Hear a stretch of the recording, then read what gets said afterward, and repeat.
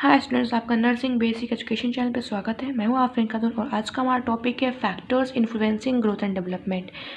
Means कि कौन कौन से फैक्टर हैं जो इन्फ्लुएंस करते हैं बच्चों के ग्रोथ के लिए और डेवलपमेंट के लिए। ये जो टॉपिक है पीडिया से लिया गया है, जो पीडिया की यूनिट 2 है द हेल्दी चाइल्ड, उसमें एक टॉपिक है ग्रोथ एंड डेवलपमेंट। उसी में ये हेडिंग आता है factors influencing growth and development. तो देख लेते हैं। ग्रोथ का मतलब होता है बच्चे की ग्रोथ कैसे होगा। अगर ग्रोथ हो रहा है तो क्या कहा जाएगा कि उसके साइज, जो सेल की साइज है उसमें इंक्रीजमेंट होना, ठीक है। और डेवलपमेंट मीन्स ब्रेन का डेवलपमेंट, ठीक है। तो ये ग्रोथ मीन्स सेल का इंक्रीजमेंट, सेल की जो साइज है उसमें इंक्रीजमेंट। डेवलपमेंट मीन्स ब्रेन का डेवलपमेंट होना, ठीक है। तो दो फैक्टर मेन होते हैं जो इन्फ्लुएंस करते हैं बच्चे के ग्रोथ और डेवलपमेंट के लिए। पहला है जेनेटिक फैक्टर, दूसरा है इन्वायरमेंटल फैक्टर। जेनेटिक फैक्टर में क्या आता है, सेक्स मतलब मेल या फीमेल, और जो दूसरा है रेस एंड नेशनलिटी मतलब किस रेस से बिलोंग करता है। तो ये भी एक फैक्टर है जो ग्रोथ और डेवलपमेंट को इन्फ्लुएंस करता है। नेक्स्ट है इन्वायरमेंटल फैक्टर में देख लेते हैं। इन्वायरमेंटल फैक्टर में दो चीज़ें हैं, प्रीनेटल फैक्टर और पोस्टनेटल फैक्टर, ठीक है। प्रीनेटल फैक्टर मीन्स कि जब माँ प्रेग्नेंट है, ड्यूरिंग प्रेगनेंसी माँ को किस चीज़ की कमी हो रही है, इन्फेक्शन हुआ है या डिजीज़ है या हार्मोन्स की कमी है, या कोई माँ जो है मेडिकल सब्सटेंस यूज़ कर रही है जिसकी वजह से बच्चे को भी इफ़ेक्ट होगा, ठीक है। तो प्रीनेटल फैक्टर में ये आ जाता है। पोस्टनेटल फैक्टर की बात की जाए तो उसमें आता है growth potential, nutritions, infection, chemical agents, trauma, physical environment, psychological environment, cultural influences, socio economic status, climate and season, play and exercise, and जो लास्ट है बर्थ ऑर्डर। तो चलिए डिटेल में हम लोग पढ़ेंगे।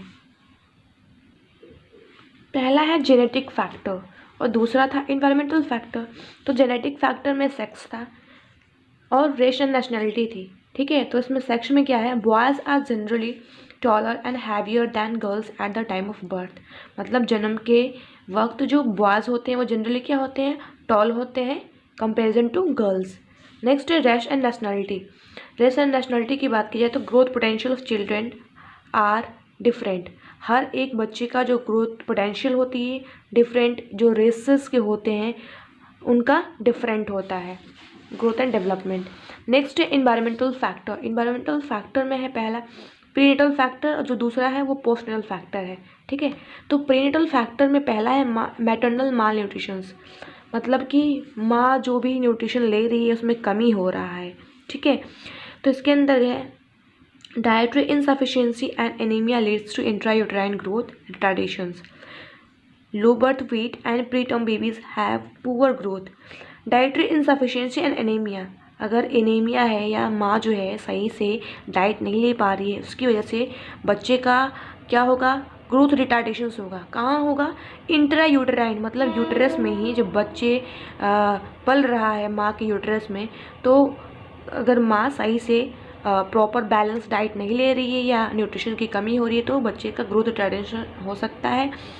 लो birth weight and pre term babies have poor growth, अगर बच्चा जो है उसका लो बर्थ वेट है, लो बर्थ वेट मतलब जो नॉर्मल वेट होता है वो होता है 2.5 to 3.5 kg, 2.5 से 3.5 kg का बच्चा होता है एक नॉर्मल जो हेल्दी बेबी होते हैं।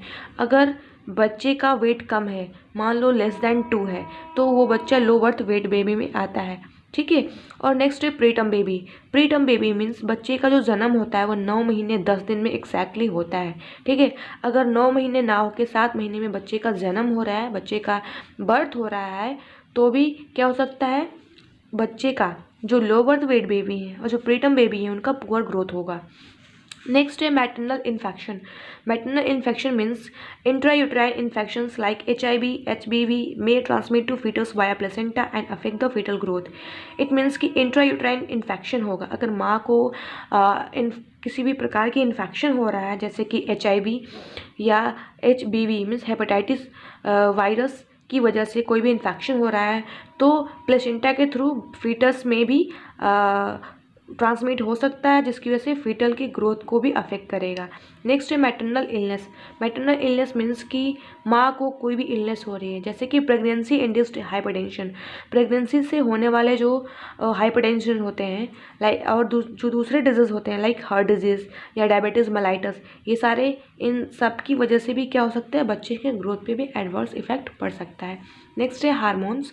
Hormones like thyroxine and insulin, thyroxine और जो इंसुलिन हार्मोन्स होती है, इसकी इन्फ्लुएंसेस की वजह से भी फीटल की ग्रोथ को इम्पैक्ट हो सकता है। नेक्स्ट है मैटरनल सब्सटेंस एब्यूज़।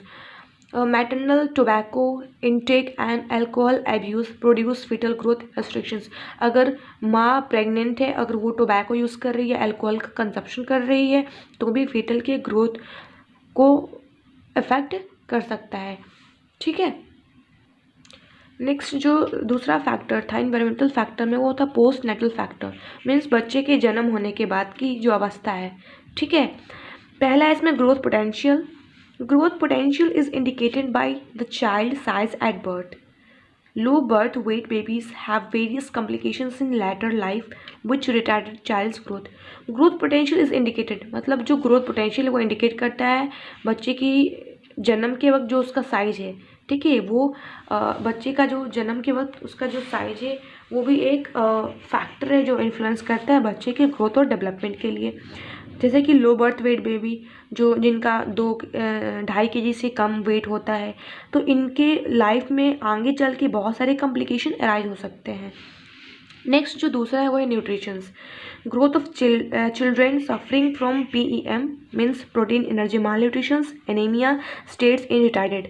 अगर बच्चा है सही से न्यूट्रिशन नहीं ले पा रहा है, तो या फिर उसे प्रोटीन एनर्जी माल न्यूट्रिशन की कमी हो गई है या एनीमिया है, तो वो भी बच्चे को कहीं ना कहीं ग्रोथ पे इम्पैक्ट पड़ेगा, ग्रोथ रिटार्डेशन होने की चांसेस हैं। नेक्स्ट है infection. Diarrhoea and respiratory tract infection, जिसे RTI भी कहते हैं, are the causes of growth impairment. Means कि जो डायरिया होता है, ठीक है, या फिर रेस्पिरेटरी ट्रैक इन्फेक्शन, जो लंग्स है वहाँ पे इन्फेक्शन हो गया है, लंग्स की जो ट्रैक होती है रेस्पिरेटरी ट्रैक वहाँ पे इन्फेक्शन हो गया है, तो इसकी वजह से भी ग्रोथ में इम्पेयरमेंट हो सकता है। नेक्स्ट है केमिकल एजेंट। केमिकल एजेंट में क्या है, administration of androgenic hormones accelerate the skeletal growth. ठीक है। अगर कोई एंड्रोजेनिक हार्मोन्स ले रहा है उसकी वजह से भी स्केलेटल ग्रोथ को एक्सलरेट हो सकता है। एंड्रोजेनिक जो हार्मोन्स होते हैं वो स्केलेटल ग्रोथ के लिए रिस्पॉन्सिबल होते हैं। ठीक है। नेक्स्ट है ट्रॉमा। ट्रॉमा में क्या है, हेड इंजरी में cause brain damage and affect the mental development of a child. अगर बच्चे को कोई हेड इंजरी हुआ है या चोट बचपन में लग गया है जिसकी वजह से ब्रेन डैमेज हो सकती है और बच्चे के जो मेंटल डेवलपमेंट है उस पर भी इम्पैक्ट पड़ सकता है। नेक्स्ट है फिजिकल इन्वायरमेंट। फिजिकल इन्वायरमेंट में housing, living conditions, safety measures, environment of a child. मतलब फिजिकल इन्वायरमेंट में क्या आते हैं, बच्चे किस घर में कैसे घर में रह रहा है, उसके घर की कंडीशंस कैसी है, सेफ्टी मेजर्स है कि नहीं है, तो ये सारे जो भी बच्चे को इन्वायरमेंट मिल रहा है उसकी वजह से भी उसकी ग्रोथ और डेवलपमेंट को अफेक्ट कर सकता है। नेक्स्ट है साइकोलॉजिकल इन्वायरमेंट। साइकोलॉजिकल इन्वायरमेंट का भी बहुत ही बड़ा रोल होता है बच्चों के ग्रोथ एंड डेवलपमेंट के लिए। जैसे कि इसमें है healthy family and healthy interactions with other family members, neighbours, friends, teachers are important factors for promoting emotional, social and intellectual development।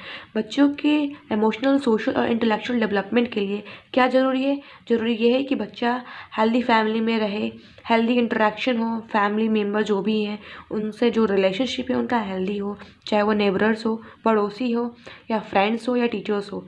ठीक है। तो ये सारे इंपॉर्टेंट फैक्टर जो बच्चों की ग्रोथ और डेवलपमेंट को इफ़ेक्ट करते हैं। नेक्स्ट है cultural influences।